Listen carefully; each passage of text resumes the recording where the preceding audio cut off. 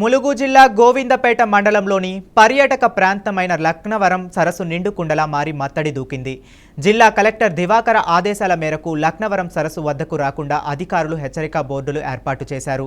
ప్రస్తుత నీటి మట్టం 33.6 అడుగులు ఉండగా 25.36 క్యూసెక్కుల నీటిని దిగువకు విడుదల చేసినట్లు అధికారులు తెలిపారు.